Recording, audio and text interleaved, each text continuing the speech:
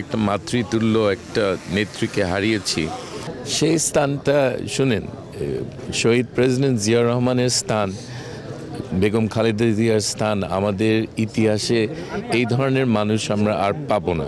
মানুষ তো এখন তাকিয়ে থাকবে ওনার ছেলের দিকে নেতৃত্বের জন্যে। আমরা আমাদের নেত্রীকে হারিয়েছি, কিন্তু আমাদের একজন সবল শক্তিশালী একজন নেতা আছেন।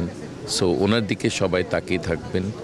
ওনার তো একটা মা হারানো যে কষ্টটা, ওনাকে এটা সহ্য করতে হবে। এটা যে কোনো বয়সে খুব কষ্টকর একটা জিনিস। যারা মা হারিয়েছে আপনাদের মধ্যে তারাই বুঝতে পারবে। কিন্তু ওনাকে এই কষ্ট থেকে ধৈর্য নিয়ে উঠে আসতে হবে এবং দেশকে এই কঠিন সময়, যেখানে আমরা অনেকটা একটা মাতৃতুল্য একটা নেত্রীকে হারিয়েছি, এই সময় আমাদেরকে সাহস দেওয়া এবং আমাদেরকে নেতৃত্ব দেওয়ার ওনার দায়িত্ব পড়ে গেছে। আমার মনে হয় উনি খুব ভালোভাবে পারবেন। জনগণের মধ্যে আমাদের বেগম খালেদা জিয়ার এবং তারেক রহমান সাহেবের জন্য যে ভালোবাসাটা দেখেছি, আমি গ্রাম থেকে মাত্র আসছি, গতকালকে আমি সিলেট থেকে চলে আসছি খবর পেয়ে। তো আমি যে ভালোবাসা দেখেছি সাধারণ মানুষের মধ্যে, এটা মানে কল্পনার বাইরে। আপনাদের নিজেদের না দেখলে আপনারা কেউ বুঝতে পারবেন না সাধারণ মানুষ ওনাকে কিভাবে ভালোবাসতেন এবং তারেক রহমানের জন্য সেই ভালোবাসাটা কিভাবে এটা দেখা যাচ্ছে। এটা তো আমাদের নতুন নেতা এখন জনাব তারেক রহমান, ওনাকে এই গ্যাপটা ফিল করতে হবে, এটা কোনো উপায় নাই।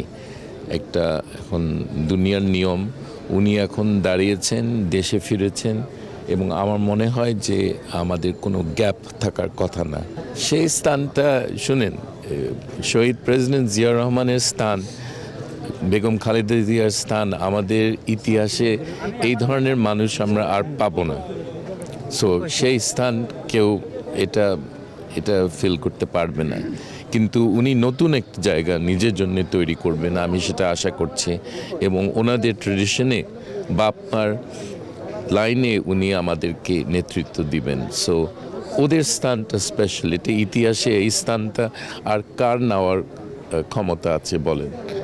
ওনাদের একটা ঐতিহাসিক স্থান, যেটা কেউ মুছে ফেলতে পারবে না। মিথ্যা কথা, অনেক ধরনের কথা শুনেছি প্রতিপক্ষের থেকে, অন্য দলের থেকে, কিন্তু সত্য কথা হলো যে উনি একজন খুব স্পেশাল নেত্রী ছিলেন এবং আমাদেরকে যুগ যুগ ধরে অনুপ্রেরণা দিবে এই দলকে, এই দেশকে। দেশে দেশে সবার সাথে দ্য নিউজ।